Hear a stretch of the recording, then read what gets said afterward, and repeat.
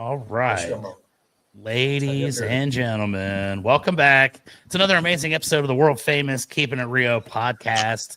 This is episode 227, and I'm extremely excited for today. It's bright and early where I'm at. It's Monday morning. My guest today is speaking to me from the other side of the world, where it's actually Monday evening, I'm assuming. Is it Monday evening or is it Sunday? Monday evening at 6:10 in the evening. There you go, 6:10 a.m. here in San Antonio. So we're covering the world. We're covering many different time zones today. And our goal today is to have a great conversation and reach some great people and see what we can do to bring a very important message out and see if we can't maybe help a few people. So with no hesitation whatsoever, ladies and gentlemen, please allow me to welcome my guest today, Mr. Richard Tierney, to the show. Richard, it's an absolute honor to have you here. You and I have been friends for all of about 2.5 minutes now, but I feel like we're going to have ourselves a great time today. So thank you for being here.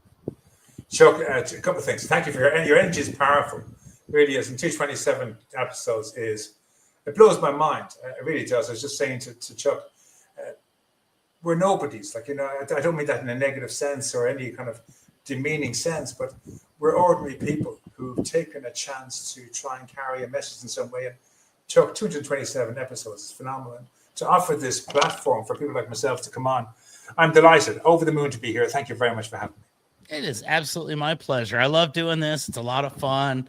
Doesn't seem like work at all when you get to meet some awesome folks and chat with guests from all over the world. So it is tremendous. And I'm really looking forward to today because I did a little bit of research. I always tell the audience I am an organic conversation person, which is basically a very polite way of saying that I'm kind of lazy.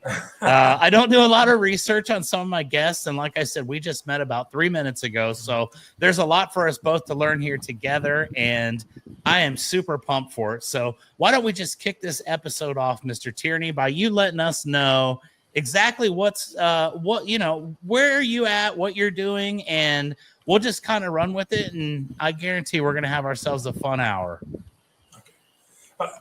Science tells us that 1 in 5 people suffer with some form of trauma.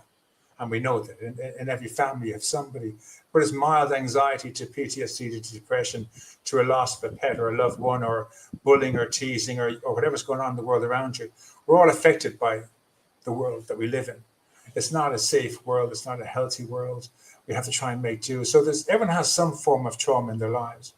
Now, what I'd like to start with is people understand that there's a trauma that we all experience at birth that we don't talk about. I saw it recently on TikTok. There was 2 brothers in the room. One says to the other brother, "What happens after we leave the room?" And the other man says, "Oh no, when the umbilical cord is cut, it's all over. That's it. We're finished." The other guy says, "But what if there's something beyond our expectations, like something really weird and wonderful is going to happen where we can stand on our own 2 feet?" And the man says, "Don't be daft. We need the umbilical cord. Without that, we haven't got a hope, And that led me to a thought I've had for a long time that I've always wanted to share. But again, I'm not qualified as a mental health professional to be making this, or a medical officer. So what I'd like to share with you is that when we are in the womb, we have life. When we leave the room, we still have life. We don't die a death like when we die at the end of our days here, when we die and we're put in the ground, whatever. We don't go from death to death, or from life to death. We go from life to life. And that's a huge thing, because we're born with God-given instincts of fight, flight, and freeze. They're the 3 responses we have at birth. And then when you come out of the womb, if you're comatose and you come out and you're comatose, the midwife holds you up at the ankles, slaps you in the bum to get a reaction, puts you in a blanket and puts you in the cot. In that moment, you're taught that your best coping skill of freeze doesn't work. You can't trust your natural response to danger is to freeze. So you go through life in a state of fight or flight. You come into life and you realize, I can't freeze. That's what I want to do, but I can't freeze. Now I'm in a permanent state of fight or flight. They're not my go-to responses. God gave me freeze, but because at birth I was held by the ankles and snapped out of it, the message was, I can't trust my freeze instincts. Then you have the child comes out of the womb, it's kicking and screaming. Now it's either in fight or it's in flight. If it's in fight, and the nurse wraps it in a blanket to subdue it and put it in the cot, the message is, I can't fight. Fight doesn't work. Now I'm stuck in a state of flight or freeze. And then the other child comes out trying to run away, wrapped in a blanket, put into the cot and told, I can never run away again. I've got to either fight or freeze. And these responses are not natural to the person. Their natural response will be taken from them. Now you get the child who comes out of the womb and they're just okay with everything. They're what I call acceptance. I believe this is the fourth response, where they actually accept everything, and the nurse takes the baby up, is happy, joyous, and free. They hand it to the mother holds it, the connection between their hearts are connected again, everything's fine. And it turns out to be a Nelson Mandela or Martin Luther King or John Wayne or whoever your star is, this completely independent, confident person in life. That's who that child is. But the rest of us are one of those who have the response taken from us at birth of fight, flight, or freeze. Absolutely. This is going to be a lot of fun. And I think we're going to cover some pretty cool stuff here. So let's get deep into this and let's understand how these reactions are formed as we are not just brought into the world, but as we continue to develop as children, later on into life as adults, and some of the things that can help us either adapt or react to the environments that we're placed into or the environments that we place ourselves in. What are some of the things that can happen to us as we're developing in life that can lead to these different types of reactions within? Okay, well, the next step in this is to understand, I believe the four responses to danger are fight, flight, freeze, and acceptance. Now, some bright spark came up with the word fawn, because they could keep all the F's together. But if you look at fawn is telling you that all your feelings are mental disorders. If you're passive, if you're quiet, it's a mental disorder. But our feelings and emotions are God-given instincts that in the face of danger, we're meant to respond. So you're threatened in some way, whatever it is, as a child or in a war zone or something, and you're threatened and you feel anxious or you feel scared, that tells you to respond with fight, flight, freeze, or acceptance. And if we don't trust our emotions and we medicate our feelings, we're screwed. We're our own worst enemy. But if we get a situation where, any situation, you're at home and your parents are fighting and you want to disassociate or shut down emotionally and just shut them out, that's perfectly okay to do. If you can run away and leave the house and run out in the back garden or run down to your granny's house or something, that's perfectly okay to do. If you can stand up and say, stop fighting, you're killing me, that's perfectly okay to do. We have to trust ourselves to take the necessary action to be safe. That's what it is to be a child of God. We have our feeling and our emotion to God-given instinct. From that, we take an action. We fight, flight, freeze, or accept.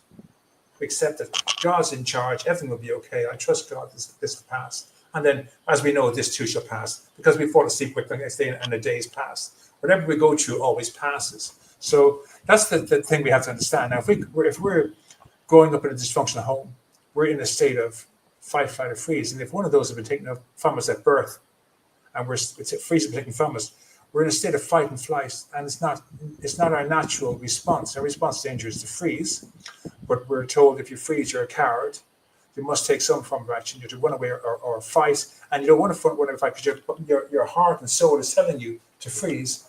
Then in the First World War, you're put against the wall and shot for cowardice, or whatever. And the truth was, you weren't a coward. You were trusting your God-given instincts to freeze or to flight. These were God-given instincts that were given. And I believe personally that the worst thing we've done to children in this day and age is take God out of church, take God out of the home. The parents are working 7 days a week, Saturday and Sunday. They're not at home to nurture the kids and to raise the children. They're absent parented. All that kind of stuff affects the children growing up.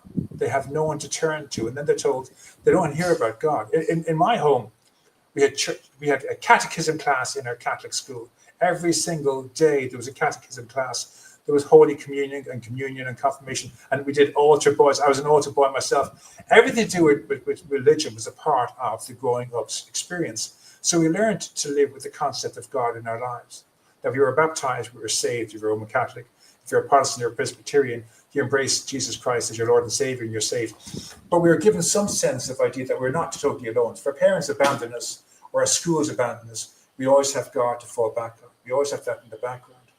But so many young people don't have that concept. And then the parents are working 9 to 5, 7 days a week. And then they have parents who want to remain young and want to have their lifestyles and have their parties and that, and neglect their children and leave the children with the babysitter or with the grandmother, and they're off out doing their thing, having this life where they don't want to ever grow old. They want to be young and have their lives kind of stuff, and their children are neglected. All these things have a terrible effect on children growing up. That when they come to be young adults, They may be young adults, but inside of their bodies, they're little children. They haven't been nurtured into becoming an adult mentally, emotionally, physically. That is very interesting. And I think that I understand exactly where you're coming from with that. And it's really prominent here in America, as you know, like you said, a lot of people maybe are premature with having children and they don't understand exactly how to raise a healthy family because maybe they hadn't been a part of one when they were growing up. And it's a cyclical issue. And I've seen this, over and over and over again throughout the course of time. And I guess that the fascinating part of this is that you can really, like you say, you adapt and you fall back on the God-given reaction that you have. And I think that the concept that reacting in those ways is a defect or that there's something wrong with you because of the way that you naturally respond to trauma or events that are, jarring for you personally. I think that's really a fascinating aspect of life and the way that people are viewed. So let me ask you this: you're a young child. You've got the family life. Now in modern times, there's a lot of families that are, not as happy as they used to be. I think there are a lot of contributing factors. I think just the way that the world is now, social media certainly plays a major role in this as well. But there are a lot of things that are going on that can really kind of mold people and change them from what they were intended to naturally be. And I guess our mission is to find a way to get back to what we were intended to be. What do you think are some of the key ways that this can happen, and some of the things that really lead to these issues that can cause people to have pent up frustration or anger or anxiety, depression? Like you say, there are so many different things that can come from this, but what are some of the leading causes and what are some of the effects that we can utilize to get ourselves back to where we need to be? I love your question, Chuck. It's almost a loaded question. You're afraid to nearly go there. There's a couple of things that to understand. Older people, or older generations, they knew God. They've known church, they've known community, they've known what it is to be of service. Most grandparents are the most wonderful mothers. Now they've done the motherhood stuff. They want to kind of retire now and be old people, but they have an ability to share with young people. I think if we could get our elders in our community more involved in the raising of our children, if the parents aren't available, if the parents need some help, then maybe in some way, older people who are healthy, who have an understanding of community. I know there's older people who are as messed up as the parents, and to put them in the company of the children could be the worst thing that could happen. I know there's families where the problem is the grandparents, the parents are the aunts or uncles, but in every community, there are people who have been around the time when God was in their lives, and they understand and they can clearly show this. But I think the biggest thing we have to understand, we have to teach children that their feelings and emotions are God-given instincts, that it's okay to have feelings. They're not mental disorders. And you can be a coward. You can run away all the time. You can disassociate. You can shut down mentally, emotionally, and physically. You can be an introvert and go in, withdraw and be in on yourself and rock in a ball like for 10 or 15 minutes to feel safe and then come out of it. It's okay to trust your feelings. It's okay to be in fight, flight, or freeze. It's okay to be in flight or freeze. It's okay to run away it's okay to disassociate. The worst thing the mental health industry, I believe, done is that they've decided that dissociation is a disorder. Dissociation is probably the best and safest coping skill that we can have because we don't use any energy. So if I'm with you and you're blowing up, Chuck, and I decide to just switch off while Chuck is blowing up and I'm in the room and I don't feel safe around him, and I switch off to everything and I close up like this and I just sit here and I'm rocking back and forth and I'm pretending I'm not here. And then an hour later, Chuck finally stops ranting and raving, leaves the room or something, and I come out of it and I'm fine. I've used up no energy, but I've gone into a space like a cocoon and I've kept safe. And I come out of it and the danger's passed and I feel fine. That's a healthy coping skill. That's healthier than running away and being knackered at the end of your run and maybe having a heart attack or tripping up and hurting yourself. There's so much energy goes into fighting or into running away. Simply shutting down emotionally, mentally, and physically and disassociating is so much easier. But they've labeled that as a disorder, when in fact, that's probably the healthiest coping skill. So if we can teach children that to disassociate, to shut down mentally, emotionally, and physically, to run away and hide under the bed, hide in the closet is okay. To be introverted is okay. Like if you're introverted, well done you. We have to teach children that their feelings and emotions are not mental disorders. That's the one thing we have to learn to treat. So if you have a client, if you're a therapist and a client comes to you and they're saying, I've got terrible anxiety, you go, no, you've got brilliant anxiety. The next time you feel anxious, what's your body telling you to do? Well, it's telling me to run away. Well, then run away. If it's just run out in the back garden and hide behind a fence or hide behind a bush or hide up a tree, do that and see how that feels. But run away. And if you want to practice in my therapy room, what we do is there's a table in the corner. Just every so often, I'll say something. I'll say one of the words that trigger you, and I want you to run behind the table and hug down into a ball and stay there for 15 minutes until the session's over. I'll come over and let you know the session's over, and you step out and see how you feel. I want to teach you to trust your feelings. And we teach children to trust their feelings. Now we learn that it's okay to freeze. Learn it's okay to run away.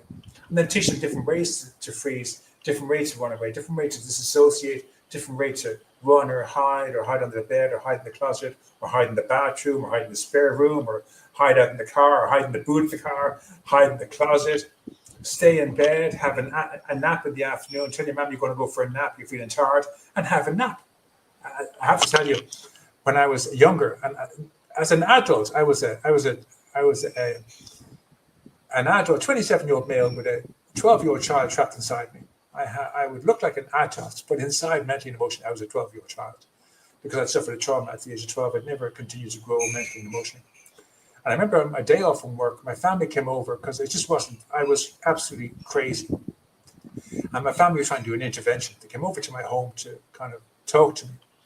And I'm in on the couch, I'm chain smoking, watching some John Wayne movie. I never forget it, watching John Wayne Western movie on the TV, chain smoking, not realizing they've come to the window and they're at the window looking into the net curtain. They can see me. And if I'd seen them come, I would have gone and hidden, but I hadn't. At the last minute, they're knocking on the window saying, Richard, it's us, open up, we want to talk to you. And I can remember distinctly, I put my cigarette in the ashtray, I pulled the couch out from the wall. They can see me now. They're no further than 4 feet away from me. There's a glass window between us. I go around behind the couch, 27 years of age, 6'6". I'm still 6'6" now. Whatever it was, 110 kilos or whatever. I go behind the couch, I get down on my hands and knees, put my hands over my head, and I'm rocking back and forth like this, humming to myself. And my family can see me. It's okay, Richard, we're here, we want to help you. And I'm there, shut off, disassociating for 10 minutes. And finally, they kind of go, if we go into him, he might go crazy, we better let him go. And they leave to get in the car and they drive away. And 5 minutes later, I look up, they're gone. I push the seat back, sit back on the couch, pick up my cigarettes, and continue watching my John Wayne movie, and the danger's gone. I mean, utter chaos, maniac madness, but it kept me safe. That's fascinating. And I understand the concept that you're talking about there of the traumatic experiences that you deal with throughout the course of growing up and not understanding how to react to that. So let's kind of dig in a little bit to that aspect here. Children that go through experience, abuse or, some sort of traumatic situation, death of a parent. We spoke about, even the death of favorite pet or many different things that can trigger. The human mind is an amazing thing and can be triggered by, an insane amount of things. So how do we explain to a child that's going through this that maybe is shutting down or is acting out because they think that that's the answer and they don't know how to find safety or security? What are some of the things that we teach children to do in order to find that safety in themselves? Well, I think child or adult, we have to allow that person to act out in fight, flight, or freeze, or acceptance, wherever they are. So if they don't know God, all they know is fight, flight, and freeze. And they have to be taught it's okay to freeze and fight. They don't have to fight. They're too young. They're a child. They're not meant to fight. They're like your adults all around you, and you're a 5-year-old child or a 10-year-old or a child. You can't deal with life. So I want you to flight and freeze. These are the ways you can fight and freeze. Which one feels safe for you? And the child says, I want to curl up in a ball and cry. Okay.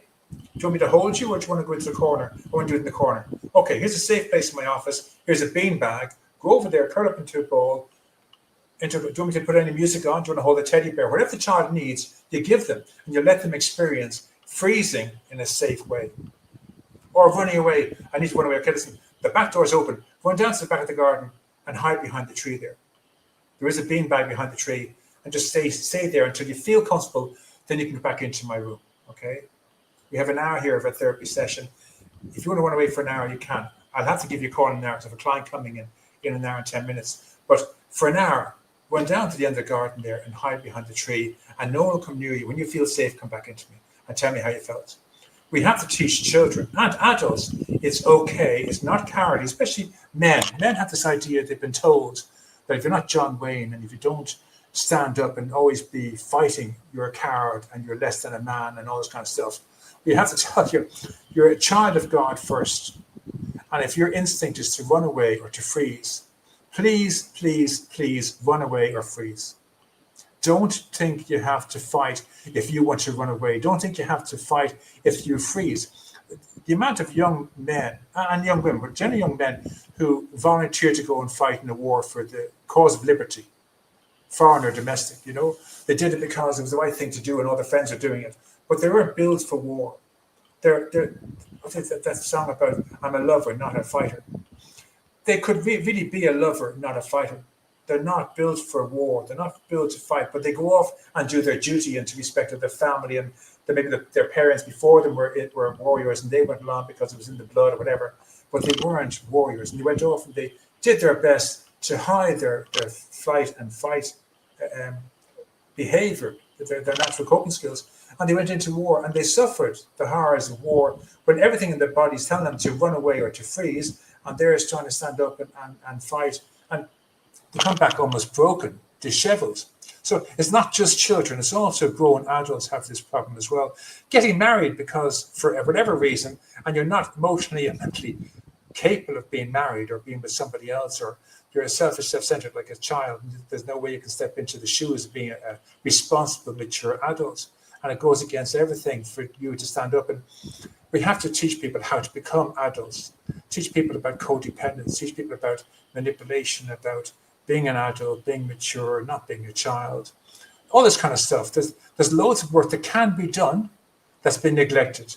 It's either, oh no, your feelings, emotions are mental disorders, here's a medication. You're suffering a past trauma and event and it's manifesting in this way, here's a medication. But we're not teaching people how to heal. That's the big thing. But we should be teaching people. I'm going to stop for a moment to let you get a word in, Chuck, and I'll come back. If I keep talking, I won't stop talking. Well, no, that's the point of the episode for sure. I love to learn and hear as much about this as humanly possible. I'm fascinated by the subject because I do know quite a few folks who have experienced things like this, and you've actually just really given me a kind of a spark of a thought when you talk about going off to war or, going against your natural response and the damage that can cause to you because you're trying to do what is viewed upon in society as the right thing. And you almost feel guilty not going that route. And I think it's fascinating. And to me, I think that there are a lot of folks that do come back from war, for example, or that experience trauma growing up and they never really understand that it's okay to not feel the way that they, feel they should react and to react accordingly. And this is absolutely fascinating to me. I can sincerely appreciate this. And I've got some more questions, but I would like to hear a little bit further along so we can continue to kind of evolve into the conversation, because I do want to find out a little more about what you're doing to help folks and the programs that you put together and such. But we're just kind of walking down the path right now, and I'm having an amazing time here. I'm learning quite a bit, and I appreciate you, my friend. Chuck, thank you very much. Your words of confidence really, they touched my heart. Thank you very much. There's a couple of things before we even go near any therapy or any solution. There's things that people need to know. The first one is that feelings and emotions are God-given instincts, and that you have to trust your feelings and emotions. And I try to get all my clients to embrace a concept of God, the Christian God, because one, we have to claim a miracle. We're suffering with nightmares and flashbacks and triggers, and the only way of getting rid of them is a miracle. We have to heal the hole in our soul. I don't know if you heard this phrase before, the hole in our soul. The problem for mental health professionals is that they can't see the hole in their soul. They can only see how it manifests in your life. So if you're one of your audience is a warrior who came back from a war, and he's filled with hopelessness, and what really threw me, I worked with one Vietnam vet, and what got him terribly was that before he went to the war, he was meant to go to college, and like all his brothers and sisters, it was a time to go to Vietnam to fight for the cause of liberty and fight against communism and all that they believed, they went off to fight in this war. And not that he excelled, but he stayed alive and he won his battles and he did all what he had to do in Vietnam, you know. And amongst his peers, he was like a giant. They would have felt he could go on to achieve greatness. Like, I mean, he managed to achieve what he had to achieve to stay alive and to keep his brothers and sisters alive, and you know, all that kind of stuff. He did great. And in the eyes of his fellows, he would have been someone you'd imagine would go on and be a giant in industry or whatever he came into.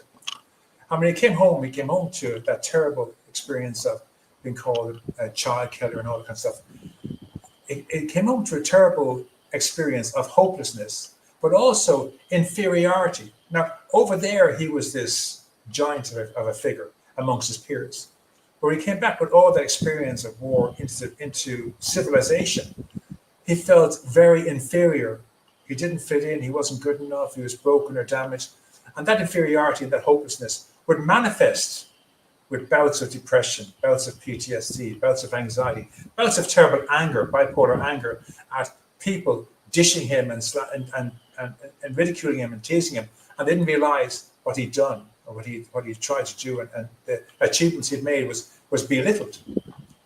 So when he went to a therapist, and you know, if you go to a doctor, you're going to tell the doctor how bad it is. You don't go to the doctor and say, yeah, I feel fantastic. You'll say, okay, thanks, Chuck, goodbye. You'll say, you know, my back's very sore. It really hurts me here, like, you know, and then it hurts me over here. And they give you something for your back. If you don't mention your back, they're not going to give you anything for your back. So when you go to a therapist, you're going to tell them how bad the bouts of depression and despair and anxiety and bipolar can be.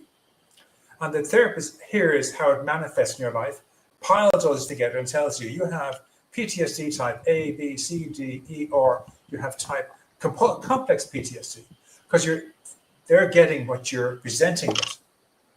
And you're going to therapy, you're going to tell the therapist the worst case scenario. But your worst case scenario isn't your reality. The reality is you're sane, you come home from a war, you don't have a mental disorder, but you suffer with hopelessness and inferiority. And that leads to bouts of depression, bouts of anxiety, bouts of despair. But it's not a permanent state of being. You know? So your permanent state of being is, I feel hopeless.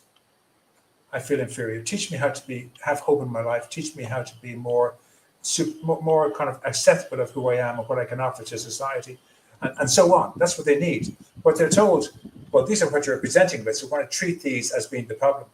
But these aren't the problem. What you're presenting with are bouts of, so you can have bouts of anger when you're around certain people that trigger you. You can have bouts of depression at nighttime when you're sleeping, and you wake up to nightmares or flashbacks. You can have bouts of post-traumatic stress when maybe someone's belittling your ability to do a simple job like stacking shelves, when before you were like flying an airplane or driving a tank, or you were like, you know, you were doing some major thing over there, and here that they're giving out to you because you can't stack a shelf properly. And that stress comes in of working in this menial job and having problems dealing with something so menial when you were given some multi-million-dollar machine to operate on the other side of the world. So we have to understand, most people who come back from wars, they don't have mental disorders. What they have is hopelessness and inferiority. And that's manifesting in bouts of these conditions. And the problem is that when they go to a doctor, anyone, if I have a sore tooth, I'm not going to the dentist and say, you know, my teeth are fine. I'll say, no, this one here actually can really act up and get very sore, especially when I'm eating food.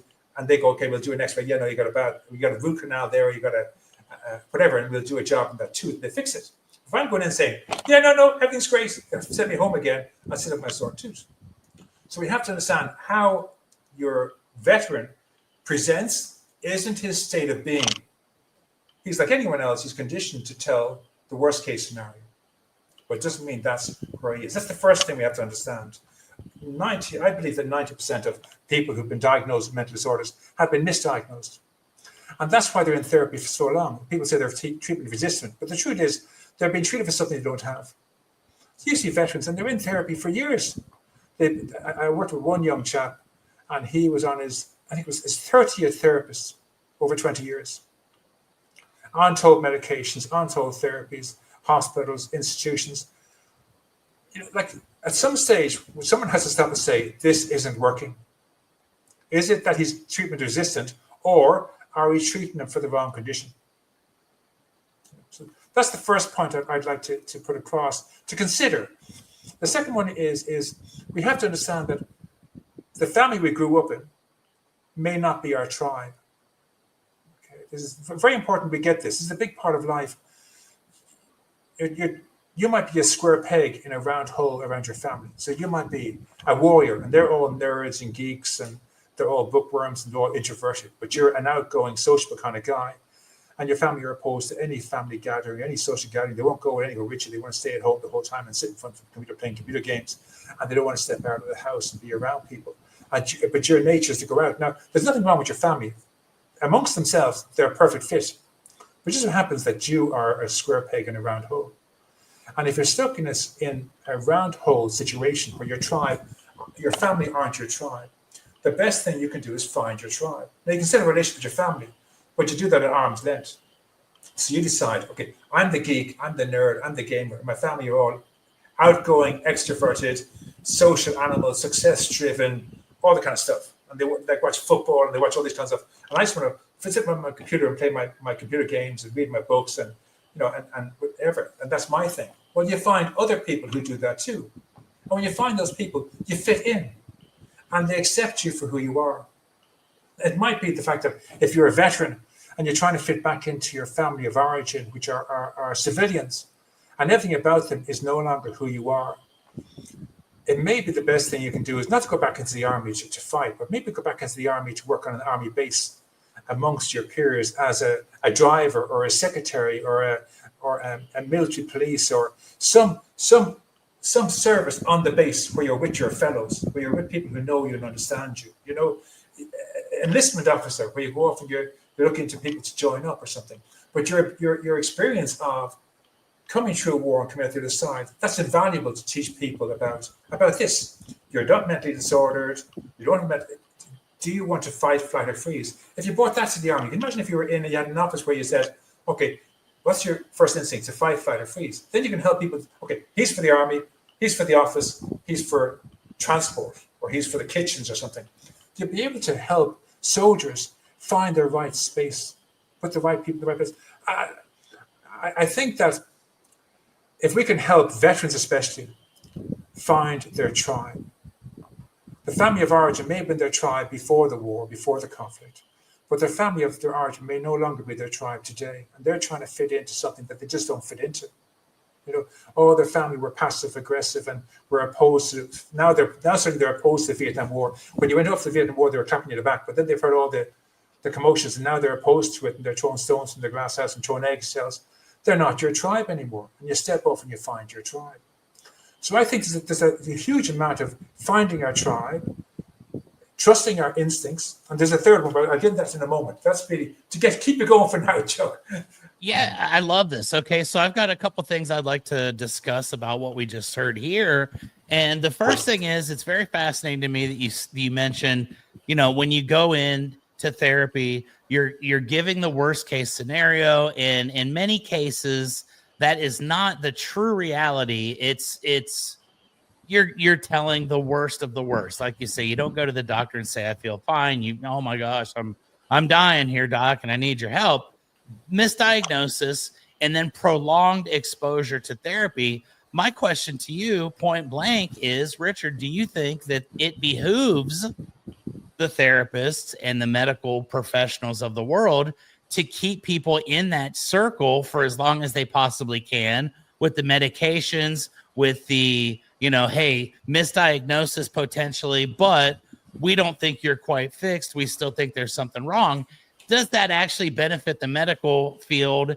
And is that something that you think could be actually planned, and something that is I don't even know the word I'm looking for, but it's something that they intentionally do to you to keep you in the system because of the way that the systems are designed? I've never liked conspiracy theories. It's too easy to throw stones from our glass house. My sister is a therapist, most caring, loving, empathetic person who works with broken homes and broken families.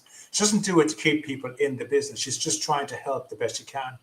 When I was in therapy myself, I had two therapists, an elderly lady and a young man, older than me at the time. Two most loving, empathetic people who did their very best to help me. There was nothing about, okay, let's keep them in the business and let's make money off medication. We can sell them and the therapy, we can sell them and whatever. And I'm in there for a year and nothing's getting any better, but let's keep them in here, we can make money. There was never any understanding of that or any insight into that. And when I listen to people talking about the therapist, they believe the sun shines out their ear, like they're the most caring, loving people. So I can't say there's some conspiracy. I mean, in any business, if you sell a product, you want to sell your product. Whether it's Big Pharma or it's someone Nike where making shoes or it's someone else making jerseys, they want to sell their products. They'll do everything they can to sell their product because at the end of the day, that's what pays their wages, pays their salaries and their. So again, conspiracies I don't do. I don't enjoy conspiracies. I don't like being a part of a conspiracy. My experience of therapists between my sister and my two therapists were the most tree loving, caring people I ever met in my life. I did work in a treatment center here in Thailand.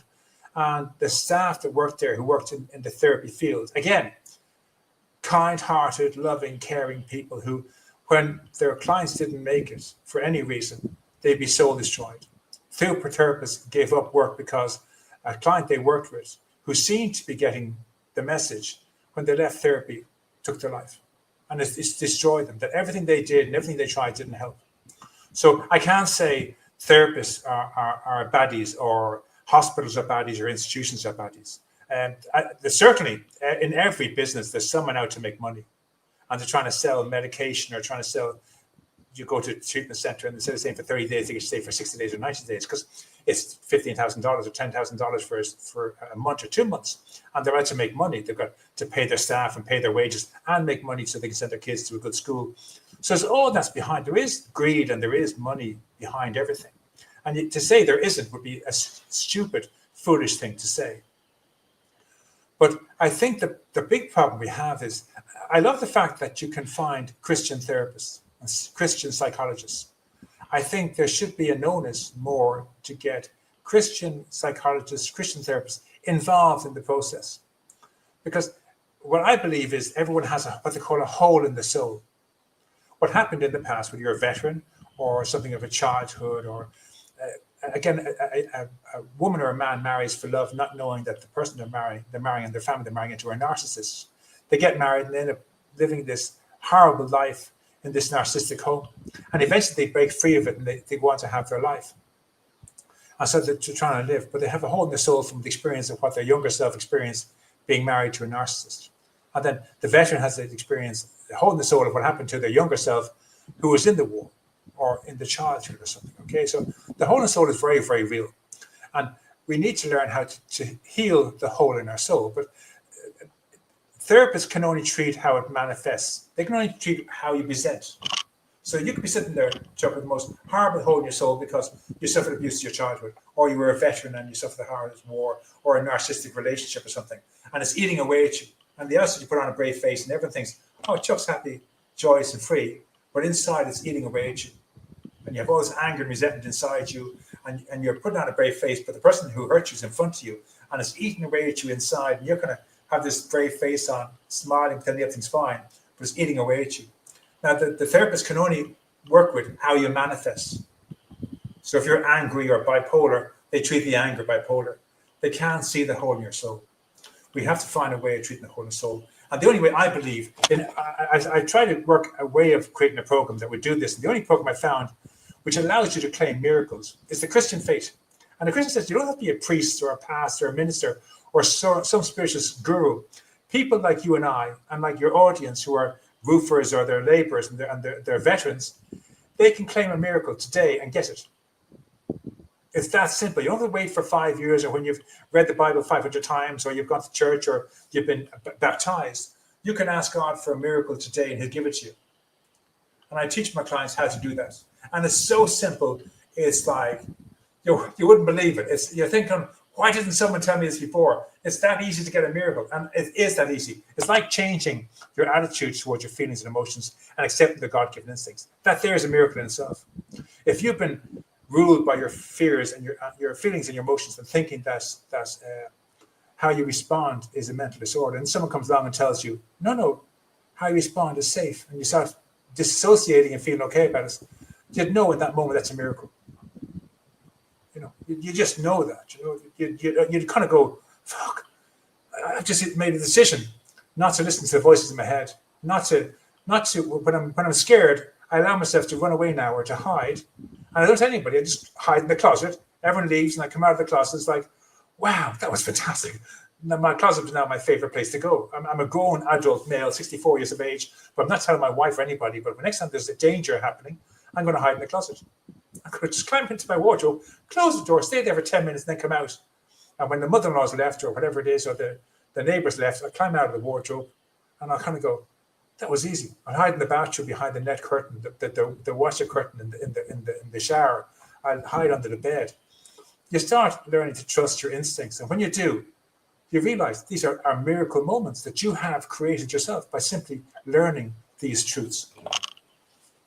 That's outstanding perspective, my friend, and I really appreciate that. And I've seen things from different viewpoints when it pertains to these things, and I think that what you just said there really hits home, because it's you almost have to make that decision, and you have to say, hey, I've had enough and it's time to do something, and you have to be willing to do it, which leads me into this next portion of the question, which is, let's say, for example, the story that we've used is you go off to war. You're conditioned to be tough.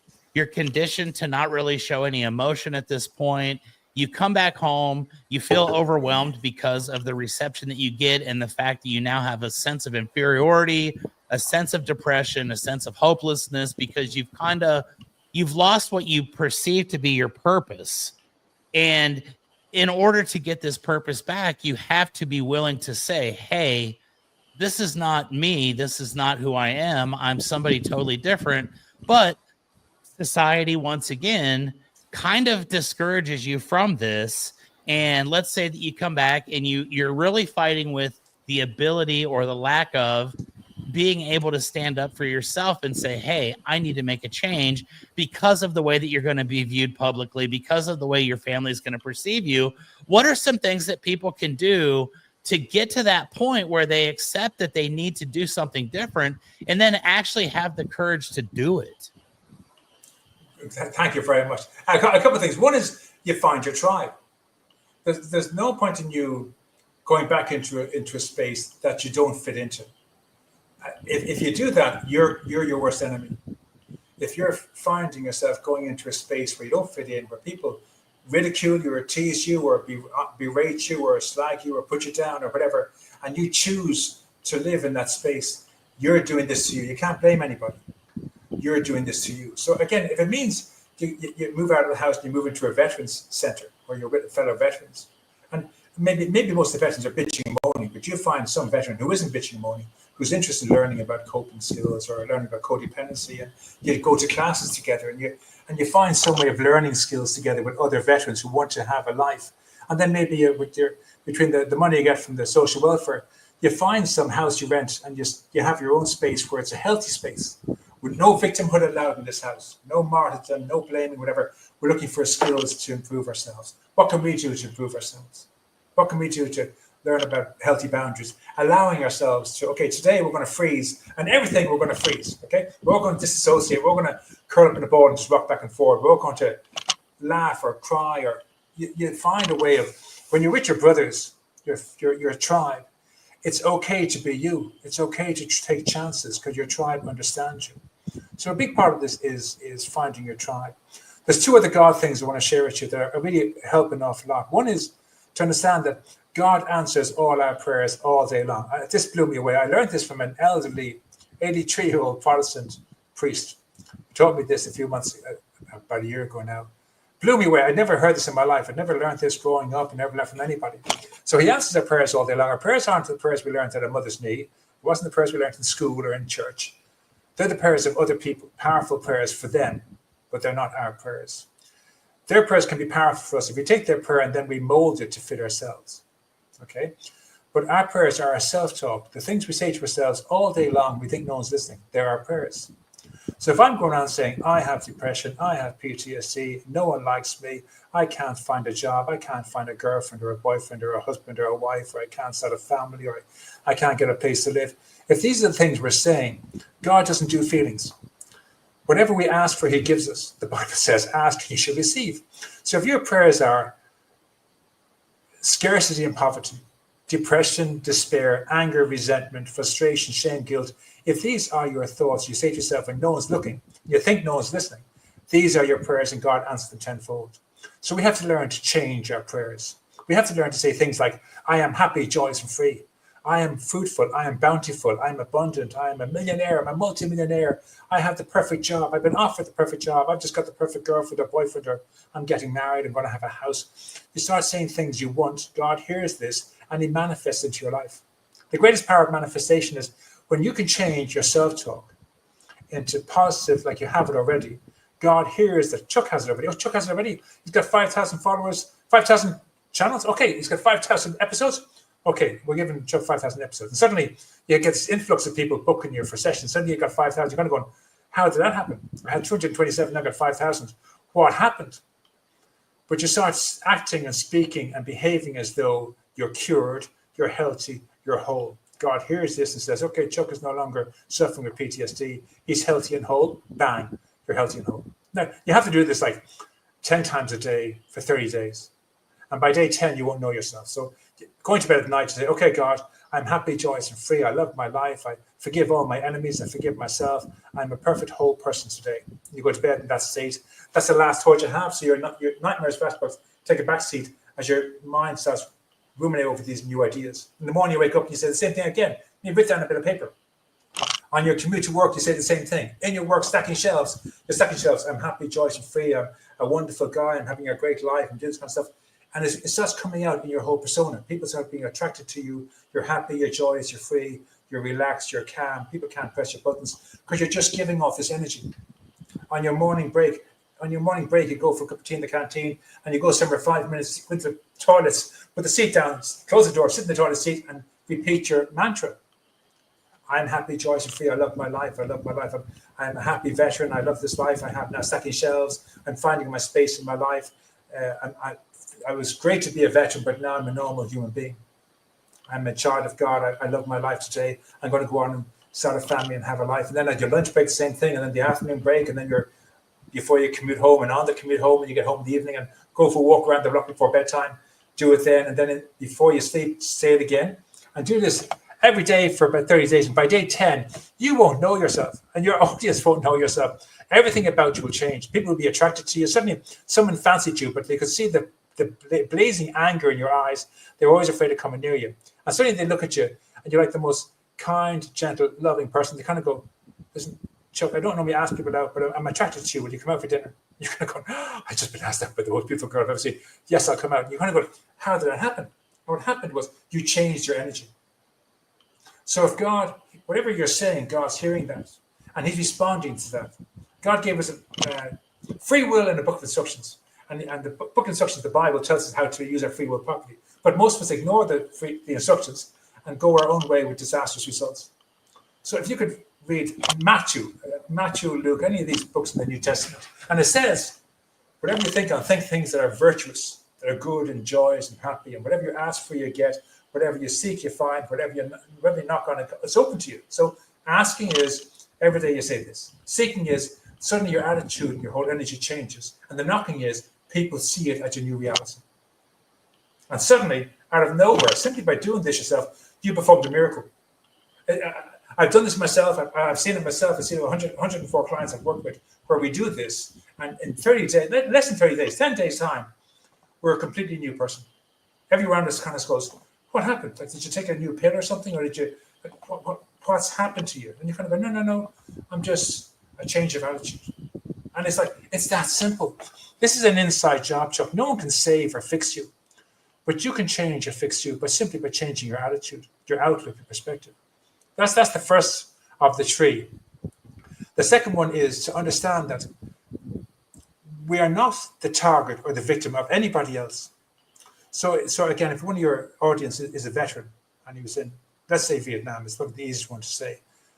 Well, the Vietnamese government didn't say, okay, let's start a war between the North and South so we can get Chuck Allen. We're going to get Chuck Allen. Okay, so we're going to start this war. We're going to involve America and South Korea, and we're going to attack them all solely to get Chuck Allen. You know, he's our target. The fact that Chuck Allen volunteered to go off to fight in a war for the cause of liberty and was over in Vietnam and suffered, he wasn't the victim. He wasn't the intended target of the whole war. So we come into a new perspective that everything in life, your wife wants a divorce. It's not because she wants a divorce from you. It's because she's not happy. It's about her. She's not being happy. Not about your behavior. She's not happy. Now, I might be over your behavior, but she's doing it for herself. You're not the target. You're not the victim. She's doing it for herself. Your wife is going to divorce you. Your boss is going to fire you because they have their own agenda and they're doing it for their agenda. So if we can see that everything's happening around us, it's not about us. It's about the other person. So the person who abused me, I was a 12-year-old child who was sexually molested.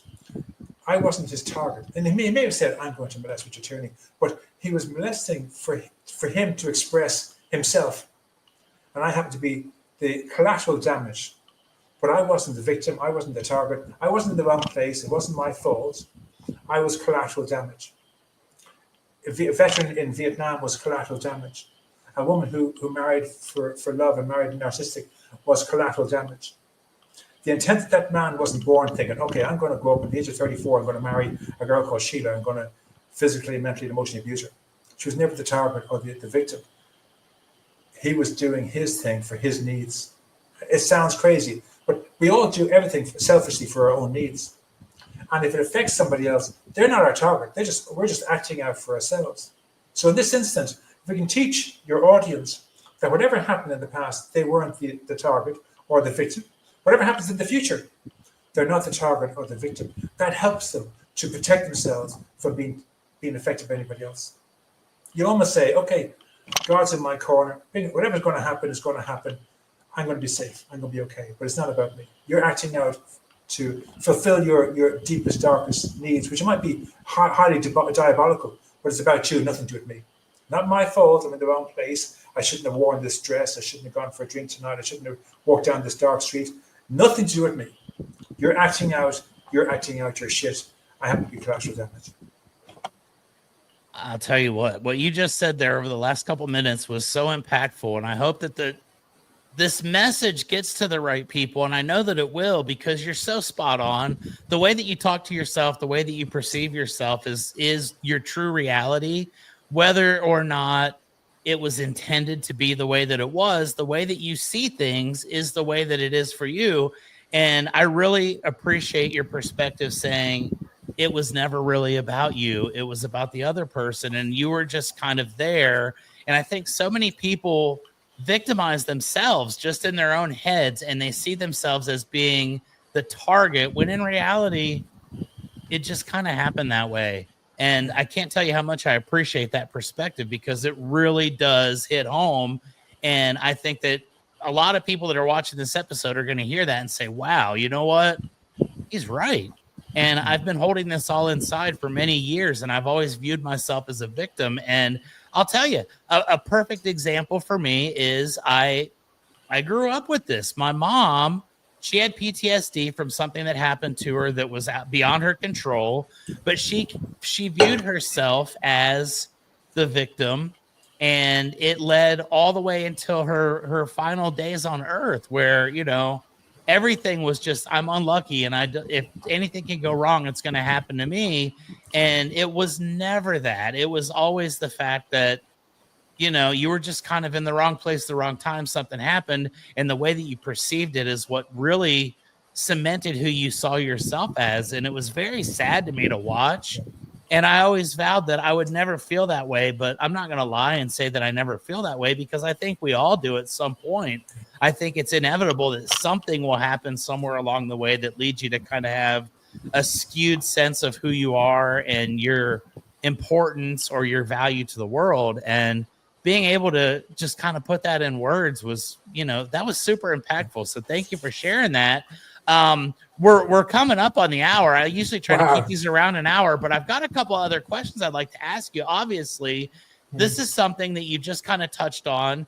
Personal experiences in your life have led you to understanding things the way that you currently understand them, and you realize that there are people in this world that are living the same life that you were. They were victims of things that they had no control over. They've, reacted in ways that they feel are the right way to do it and not always the natural way. But you came upon this and you realized this is something that I can help other people with. And we were talking about your clients. You've helped over 100 people. And when we started this, you said, well, that's not a very big number, but that's a huge number. If you can help one person at some point in your life, you're doing something tremendous. You're changing someone's life. And you've come to realize that this is something that you can do, that you can utilize your previous experiences and your understanding to help others get out of that situation. So let's talk a little bit about the moment that you realized that this was something that you were capable of doing and that you could help other people. And then I'm going to ask you about that first person that you were able to help when the light switch really came on and you said, wow, I really just changed someone's life. So tell me about the moment that you thought that this was something that you could do and the experience that you've had getting to this point to where you've now helped over 100 people and you're well on your way to thousands, tens of thousands, hundreds of thousands, maybe millions for all we know. Everything is what we make of it. And if you tell yourself every night, I'm going to help 10 million people, eventually you're going to help 10 million people. So that's Richard, right. That's what I do. Yeah. When did you get to that point where you realized this was something that you were made to do and you realized that you could benefit humanity in this way? Wow. But first of all, I never thought 100 was a small number. I've been blown away. When I had my first client, I couldn't get over it. I mean, here I am, basically a nobody who from trauma created this whole program. And suddenly I helped one person and I helped two.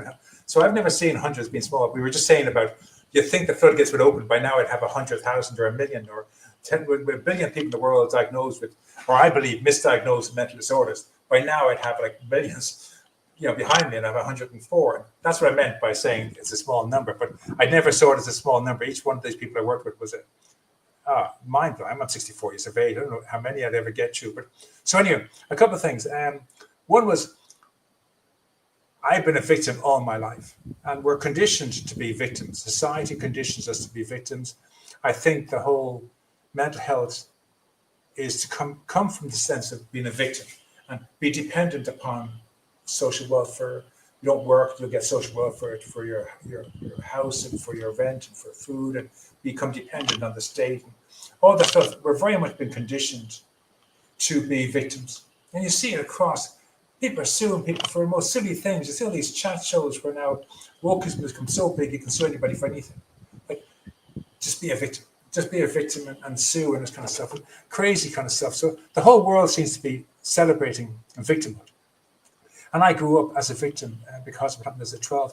All my life, I was a victim. I didn't want to be responsible for my life. I didn't want to have to deal with my stuff. I want everyone else to take care of me. My mother, my sisters, my brothers, my father, this kind of stuff. I want everyone else to take care of me. I want to be able just to live my life and everyone else take care of everything. And then I came out to, I'm living in Thailand. I'm from Ireland originally. My geographical was to run away to Thailand.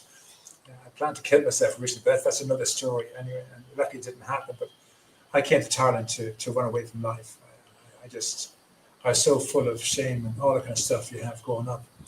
And I couldn't handle life and I couldn't see myself ever fitting in ever again. And again, my family of origins, I was no longer a member of that tribe. There's nothing wrong with them. They're healthy, loving people. I was the misfit. I didn't fit in anymore. It wasn't the case that I was healthy and they were unhealthy. I was the unhealthy one, they were the healthy one. I just didn't fit in anymore. And so I took the geographical to come to northern Thailand to live or to finish, whatever. Anyway, so that's another story altogether. But so anyway, I came out here and over my time, I developed addictions to gambling and to alcohol, whatever, and I got sponsors and I got to the program. I'm 38 years sober this year from alcohol and about 33 years from gambling. But I had this sponsor in AA and he used to challenge me about my victimhood. And he'd say, isn't it about time you let go of that? And I was furious. I was going, you can't say that to me.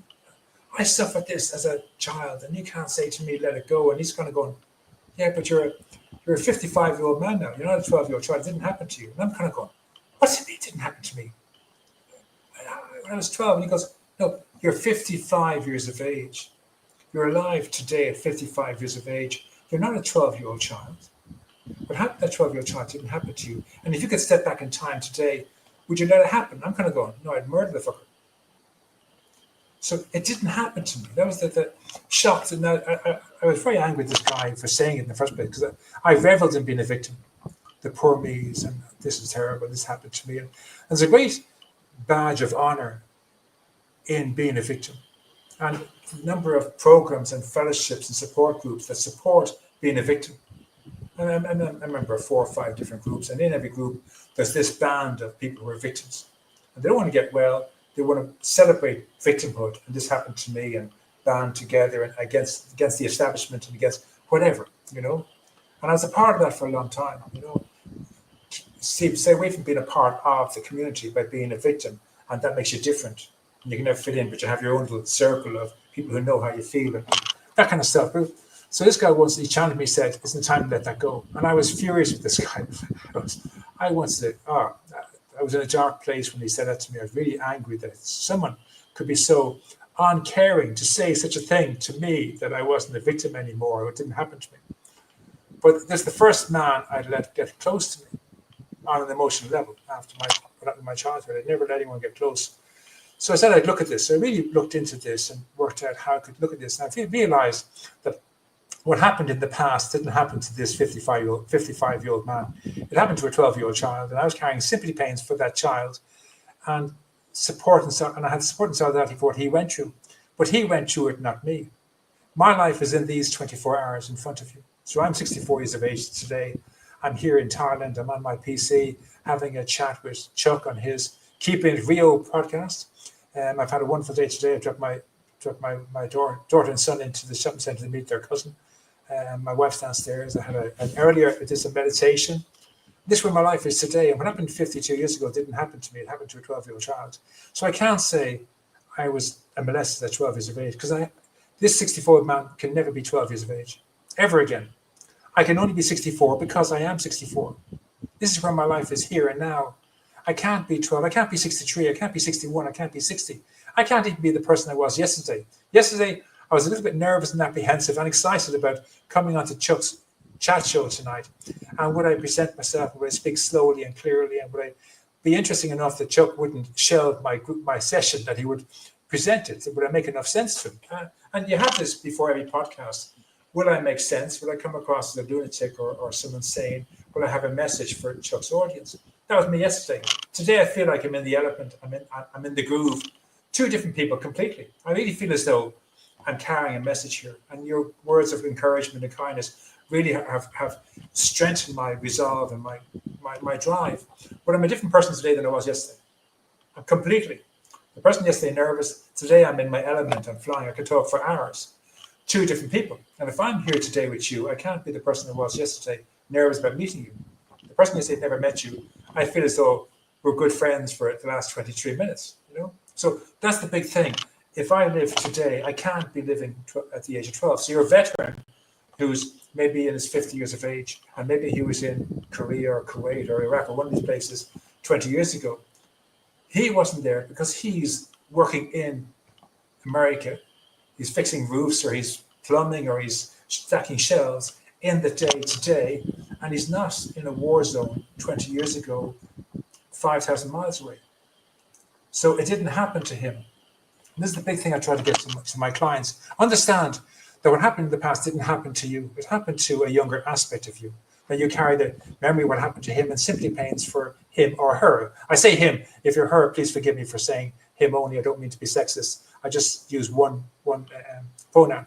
So understand that your younger self suffered, endured, survived, and overcame that trauma. And we know he overcame that trauma because you wouldn't be standing today if he had succumbed to the trauma.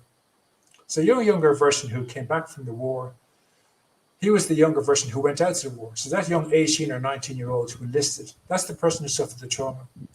And they came back from that war, and they suffered all the trauma of the war, so you'd be free to have a life for them beyond their wildest dreams today. They never asked, wanted, or needed you to suffer their pains for them or to fight their battles for them. That wasn't part of their plan. Their plan was they would suffer, endure, and overcome it, so you'd be free to have a life beyond their wildest dreams.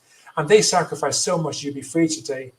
The worst thing you can do is to take their troubles of the past and go around telling everybody it happened to you. That's like the worst thing you can do to them, and you're self-sabotaging because you're bringing the death and decay of a dead thing into your present and destroying everything it touches. And look around you, see all the relationships and opportunities it's destroyed, bringing a dead thing into the present. It has no right to be in the present. It's nothing to do with you. It never happened to you. It never happened to me. I can't bring the death and decay and disease of that 12-year-old child into my present and play around with it in the present because I'm giving life to a dead thing.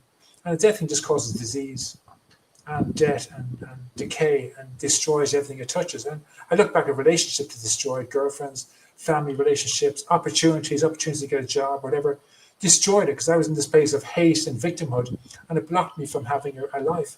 So you have to learn that it isn't happened to you, and you have to find a way of giving it back. And that's what my program allows you to do. Now, I'm not here to fix or save you. You do this program in 3 hours, and the other 3 hours, you've let go of the past, and then you undo the learned behaviors of your mental disorder diagnosis, and you're free. It takes you 3 hours of your lifetime, and you're free completely. I love this. And I'll tell you, my friend, this has been so amazing for, like I say, when I start the podcast, I'm just like you. 5 minutes before we met, I thought to myself, is this going to be an interesting conversation? Am I going to just come across as some roofer that doesn't know anything or, doesn't understand what's going on? Or is this guy going to think, hey, this guy's paying attention. He's listening. He knows what I'm talking about. He's picking up what I'm putting down. And completely different person now than I was an hour ago. And I thank you so much for taking the time to be here today with me, because it means the world to me. I couldn't do this podcast. I guess I could if it was just me, but I think that the conversations that we're able to have and the people that we're able to meet along the way really are the whole purpose of doing this for me. So I appreciate you taking the time to be here. We're going to wind it down right now. One thing I do want to ask before I give shout out to my sponsors is someone that's watching this episode today has been completely touched by what you've brought to our audience. They want to learn more. They want to continue to move forward, maybe break free from some previous trauma that they've been holding on to. And they realize now, hey, I am not that same person. I'm somebody totally different. I need to get to this next point. What are some ways that people can find you, that can reach out to you, that can follow your journey, that can, take part in your course and help themselves get to a better point? What are some of the ways that we can make that happen? Thank you, Chuck. Thanks for the plug. This program is very simple, and it's not a case of anyone fixing you. You fix yourself. That's really what it comes down to, because it's an inside job. Only you can fix it. I've created a 2-part program. One is the healing event itself. It takes about 2 hours. Now, if you'd like, I can take you through the program. If you're uncomfortable coming on your own, you can bring a friend. If there's a group of veterans and they feel that they'd like to do this, I can take 10 veterans through the program at one time. I charge €60 for a 3-hour healing event, or $60. $60 probably the easiest. But if it's 2 or more veterans or 2 or more people coming on at the same time, it's $45. I keep saying euro. I'm an Irishman. $45 per person. So if it's 2 people, it's 45 each. If it's 5 people, it's 45 each. If it's one person on their own, it's $60. It's a 3-hour practice. So the first 2 hours is how to heal yourself. And again, it's performing miracles. You get to perform 9 miracles on yourself by learning how to change your attitude, your perspective, learning to try something different. And it's hilarious. The foundation stones of this are the 9 miracles you perform, or the 7 miracles first. At the end of it, you can't believe you performed 7 miracles, but you've changed in the first hour. And then the second hour is basically doing the healing event. At the end of it, you'll know you've released the past mentally, physically, emotionally, and spiritually, like a great weight lifted off your shoulders. It's a wonderful experience. Very hard to put into words. That's the best way I can describe it. Then the third hour, I take you to the 12-step program of Trauma Recovery Anonymous. I will have a link on the video, Chuck, so you have to buy these 2 books. They're available on Amazon. The 12-step program helps you to break free of the mental disorder misdiagnosis, I call it. It could be a diagnosis, but you get rid of the mental disorder, which is caused by the trauma. When you get the trauma away, there's no longer any rhyme or reason to have the disorder in your life. So you break up the disorder with the 12-step program. So my email address is appointments, appointments, appointments at traumarecoveryanonymous.com. My name is Richard Tierney. Send me an email, say you'd like to have a session. We can do it on Zoom or WhatsApp or whatever. They're 3-hour sessions, okay? So it'll be on Zoom or whatever platform we can, maybe here in the StreamYard or something. I find one of the platforms we can use, and we'll set the platform up and whatever. If you want to bring along a concerned person to sit in the background and look on, please do, but they can't be involved in the process. They have to sit behind you and look if you want to have someone come along. So if you're alone, you don't have someone else wants to do the program, but if someone wants to sit in and watch, feel free to bring someone along to sit behind and watch. But if you're going to be doing the program, I need to see you on camera, okay? So that's really it. There's 3 things I'd like to finish off with. One is, know you're not the victim and you're not the target of anything in your life from this day forward. If you can decide, I'm not the victim, I'm not the target, everything in your life will change. Number 2, understand you're never alone. There's always someone you can reach out to. Coming on here and listen to Chuck's podcast, suddenly you've been given a new perspective around PTSD and depression, or whatever. And so maybe you're thinking, I've been waiting for 20 years to get rid of this crap. And suddenly this unknown guy from Ireland living in Thailand has given me a solution. What chances I didn't even know Chuck. Something compelled me to look up Chuck, and here I am here, and I found a solution. So your library have tremendous resources. Spotify, YouTube. There's so many resources out there, free resources. Don't feel you're ever alone. One for me, which is a great one, is my wife is a Chihuahua dog. He doesn't walk very far. I bring him for about a 100-yard walk. But if I'm in my head, I take him for a walk, and I talk at the dog as I go for my walk. I'll give him all my crap. And he's just walking, doing his pees and poos. I'm spewing my crap out. By the time I get back to the house after a 100-yard walk, I feel like I've been heard. He can't transmit any of it, but he's been my recipient. And then the third one is, give God a second chance. Unfortunately, God isn't the problem. It's man using God as a weapon against people, priests, pastors, parents. But God isn't the problem. If you trust God and you tell God what you truly want, He'll give it to you. And if you trust His instincts, your life will change. So give God a second chance. They're probably the 3 things. If you can do those 3 things, without seeing me, your life is going to be transformed. There you have it, ladies and gentlemen. We are here to transform lives, and I think that this episode is going to touch some people, and I really appreciate that. This has been one of my favorite episodes I've done, 227. I've come away with a different perspective, and I'm going to start my Monday morning by bringing positivity into the world by telling myself, hey, this is going to be a great week, a great day, a great next hour. Everything good is going to happen today. And I've noticed that over the course of my life, when I have that mindset, good things do happen, and vice versa. When I don't have that, bad things seem to happen. So we can control that 100%. And I'm going to make sure to go out today and use the message that I've been given here to try to touch somebody else and maybe help someone else that's having a bad day to kind of turn it around. So Richard, thank you for taking the time to be here. Before we leave, I end every episode with one thing, which is a shout out to my sponsor. And let me tell you real quick about my sponsor, my friend. You're in Thailand. This is going to be a worldwide phenomenon at some point, but my sponsor is roofer.com. And Roofer is your all-inclusive program for any roofing company to help you succeed, to be more efficient. And basically, it can take you from your initial contact with a homeowner all the way to the final payment, and then following up with them for many years on end through automations. It's a program that measures your roof for you from an aerial measurement, provides proposals, provides the opportunity to sign all your paperwork online, collect all your payments online, and maintain that CRM through a very simple process, which someone such as myself is able to maintain, which basically tells you how easy it is. So thank you to Roofer. They've been my sponsor for now. This is our 3rd full year.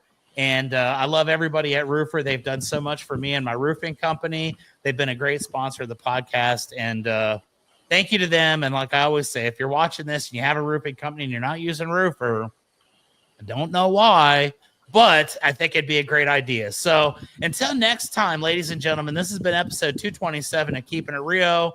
We will see you guys again next Thursday, 7 p.m. Central here in the United States, which I guess would be 7 a.m. next Thursday where Richard is. So You can either be an early riser or you can watch it late at night, whichever you prefer. We're going to be here for you.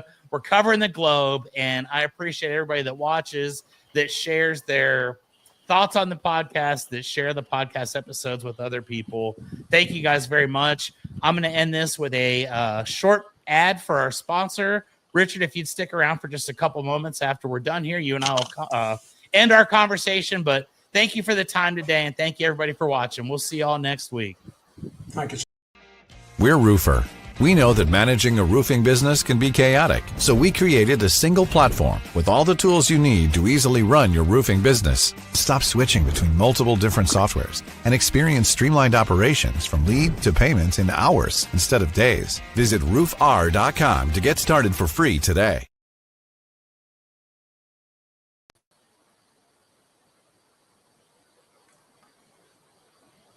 Chuck. Yes, sir. It's Thank still you very recording much. for some reason. I'm not sure why, but I will